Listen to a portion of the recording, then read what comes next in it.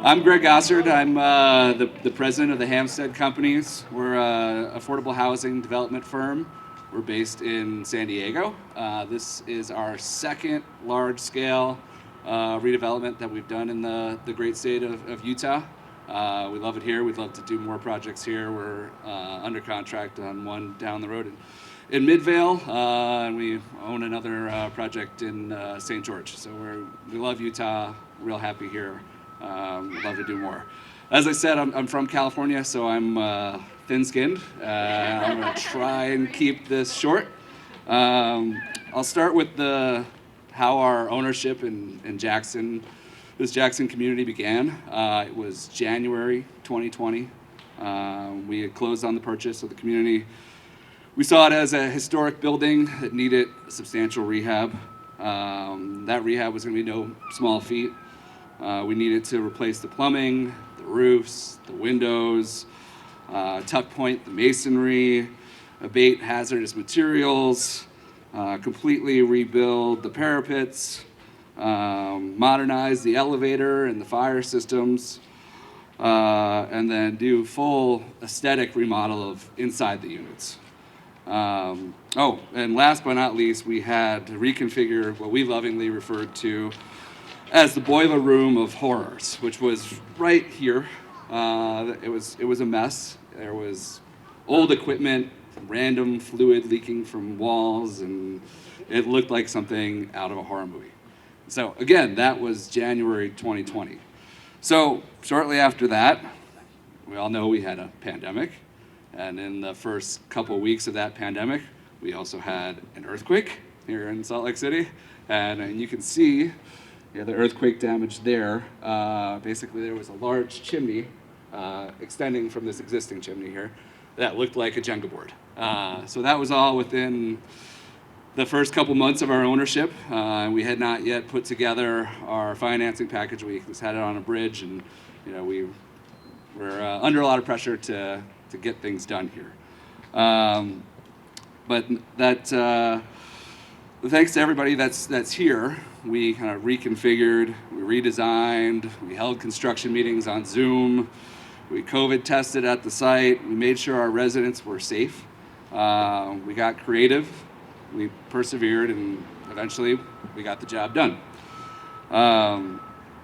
And so beside that long list of improvements that I ran through, what did we really accomplish here? And the answer to that is preservation of affordable housing. So when we purchased the Jackson community, it was an expiring use agreement. The HAP contract was set to expire. And obviously we're in an area of great expansion on a prime corner. And so, within weeks of owning the site, we already had offers to purchase it and do other things with it. But we said no. This is where affordable housing should be. It's near transit. It's near jobs. It's near recreation. It's near growth. And this area is going to continue to grow. And the rising tide of this neighborhood, I think, will lift all boats. And here, for at least the next 50 years, there will be deep affordable housing for the senior population of Salt Lake City. And they say it takes a village to raise a child. And as a father of three, I can confirm that. I think, though, however, to get an affordable housing project redeveloped seems to take a country. On this project, we had federal, state, and city sources. We have state historic credits. We have federal historic credits. We have federal low-income housing tax credits. We have funds from the Salt Lake City Redevelopment Agency. We are located in an opportunity zone, and we have private activity bonds issued from the state, and we have overlying it all a project-based Section 8 contract from the federal government. And you think if you remove any one of those items, this project doesn't happen. It needed every single one to execute here. And I'm pleased to have many of our team members that kind of brought those programs into place here today. And I want to give them an opportunity to say a few words. And so first I want to acknowledge the City of Salt Lake City. They invested critical redevelopment agency funds into this project, which helped fill the gap to do the necessary work that needed to be done. And so I'm going to pass the mic here to Mayor Erin Mendenhall and let her go from here. Thank you. Thanks, Greg. I'm just going to slide that if you don't mind. Good morning, everyone. It's unfortunate, actually, that this is such an ideal project because it is so cold. I know we wish we could go quickly, but there's a lot that is deserving of being said by Greg and our other partners. So I'll speak as quickly as I can, but I'm so excited to be a part of this reopening this morning. This is an ideal housing project. The Jackson is really, it's a pillar amongst a lot of affordable housing development in the city that we've seen, but it's a pillar because it's been here for so long. It's been home for 80 different residents at one time over many, many decades. And this affordable rent for vulnerable populations is close in access to transit, to social services, to food, and the site accessibility now allows access for all abilities. This site also really speaks to something that's been a cornerstone of my administration, which is sustainability. And rather than tearing it down and starting from scratch, Hampstead Development Partners decided to rehabilitate this old building. And I'll borrow a quote from the former president of the American Institute of Architects that the greenest building is the one that is already built. Thank you. Most importantly, you didn't just preserve this building, but you also preserved the affordability of all 80 rental units. It's remarkable. I've been in City Hall for 8 years, and I can't tell you how many times we've heard, we'd like to do this many, but in order to make it pencil, we're going to do this fraction of the total units affordable. The fact that you preserved all 80 is not only exemplary, but it's critical to the livelihood of these individuals. Since 1980, the Jacksons have been called home to by low-income seniors, and at the beginning in 2021, the affordability restriction of the property was nearing the expiration.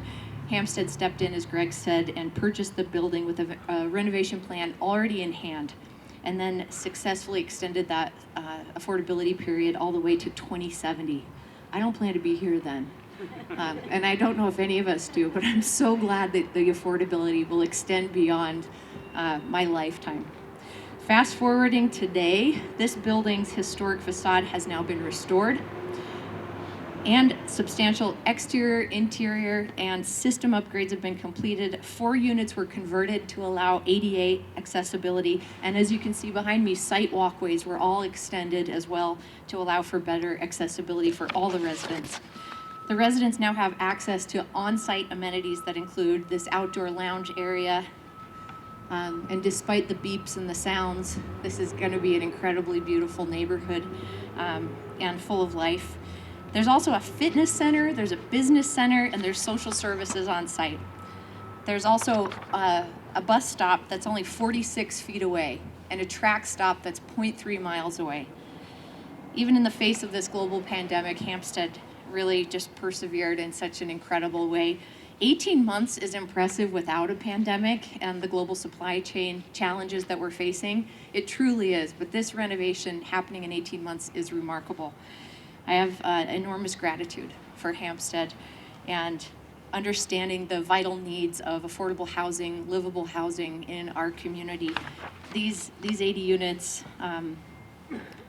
are essential, not only for meeting the needs of the seniors who live here, but for us to have a vibrant, beautiful community that is full of people of all ages, that's accessible to people of all ages, and where people can age in place in this Salt Lake City, even in the downtown community. Thank you, Hampstead Partners.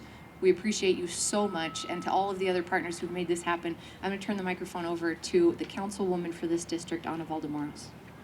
Thank you, Anna.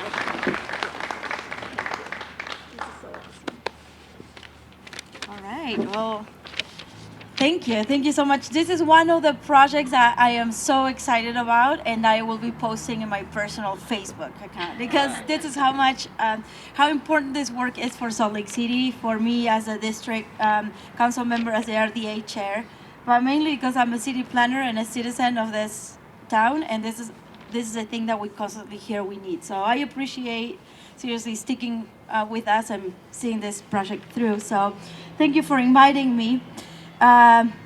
Obviously, I am acutely aware of the importance of preserving and creating affordable housing for our city residents. We do this through these projects and many, many more.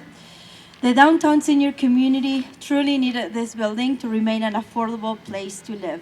Had it been turned into market rate housing, the tenants would have been forced to relocate away from the facilities and services they rely on.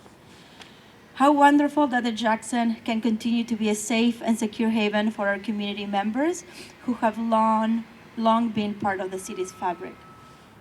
They deserve to be able to afford to stay in the city to which they have contributed for so many years. And while serving a vulnerable population within our community, the Jackson also pays homage to the city's past. With its historic facade proudly facing two of downtown major streets, it adds to the character of an area that is ever changing. The city is so proud to have this building in its urban core, and so proud that it was able to participate in part of the project's financing, which is what we ought to be doing, and we do.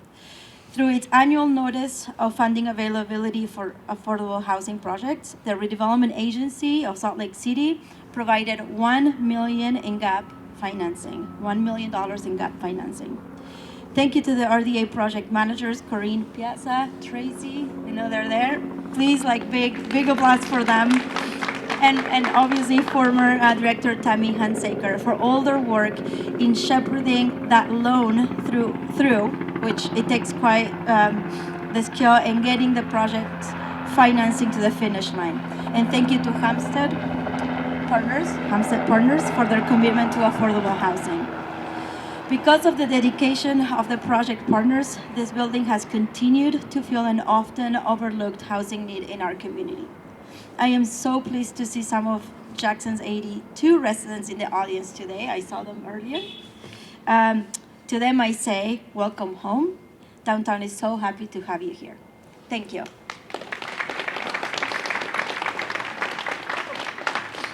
Thank you, Anna. And thank you, Mayor Mendenhall. Those were some very kind words. We're greatly appreciative of all your support. I'm going to pass the mic now to another trusted and important partner. I've got John Crandall here from the Private Activity Bond Authority. So come on up, John, say a few words.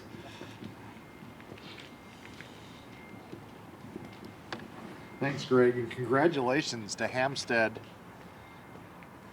I'm not sure, is this working okay? No. How about now? Okay, there we go. You have the magic touch in lots of ways, apparently. Congratulations, Greg and Hampstead. What a project, a 100-year-old building that was rehabbed into low income housing. Congratulations. You talked about a Jenga puzzle and you referred us to this chimney. I think the way you put this project together looks like a Jenga puzzle.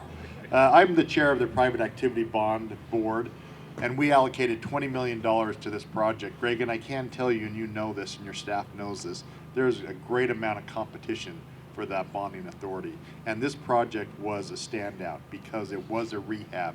We don't see many rehab projects. And you were able to bring this very important rehab project on a very important corner in Salt Lake City. So congratulations, we're proud and honored to be supportive of your project. And congratulations to a job well done. Thank you.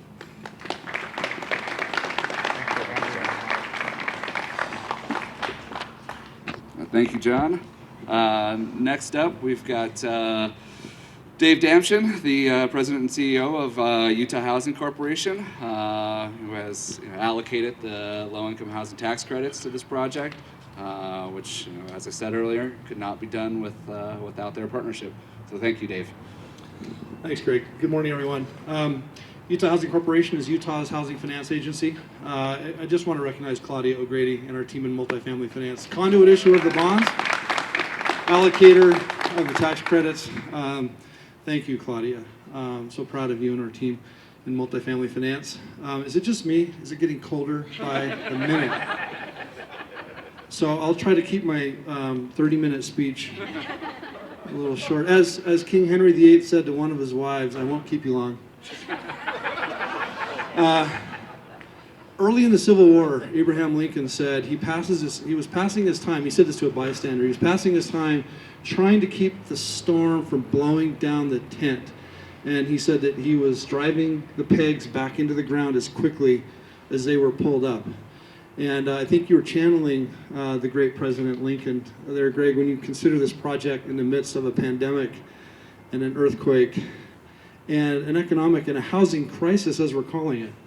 We have this extraordinary supply and demand imbalance. At Utah Housing Corporation, we help young families buy their first home. And I think we all understand that there's a plight for folks in that situation.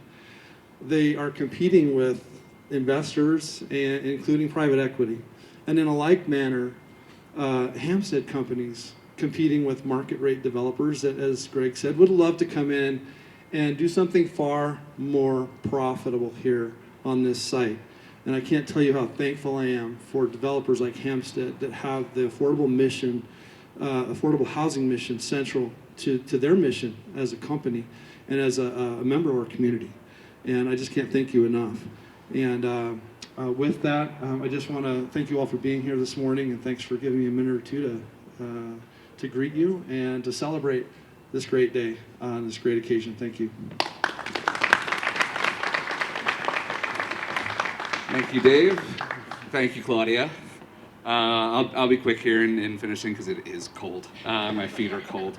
I just want to thank our private industry partners that are here. KeyBank, Renew, who is our general contractor, Kier Management, who is our property management company, Mountain West Architecture, who is our construction administrating architecture, the Arcadia Group, who is our design architect. And then I want to thank my staff, particularly Laura Billos back there, our project manager, who, when we say worked hard and persevered and all the things, got creative, it was all her. I'm just here to speak and stand here. So, but it was all her work. It was all her work putting together this event. So she did a great job with everything here. I'll finish here with just we talked about mission, Dave. And I just want to say, we have a mission statement at Hampstead, and it's our mission is to create positive community impact by building affordable housing, so that families can remove housing as an impediment and focus their energy on wellness, family, education, and advancement. And then really the thesis behind that is, if you don't have a safe, quality place to live, you can't focus on any of those other things. Your sole focus is on housing. And so if you remove that impediment, you can focus on your health, you can focus on advancement, you can focus on your family. So I think here at Jackson, we tried to provide safe, quality, affordable housing so that it can act as a springboard to those individuals. So I'll close here with that. And there's coffee and warmth and donuts inside. We've got a occupied unit. We're going to do the ribbon cutting first. Thank you, Laura. And then we'll go inside. So we'll keep you just a little bit longer. So let's go ahead and do the ribbon cutting. I think all the speakers will have back up here for that. Yeah. 3, 2, 1, go. Go. Woo!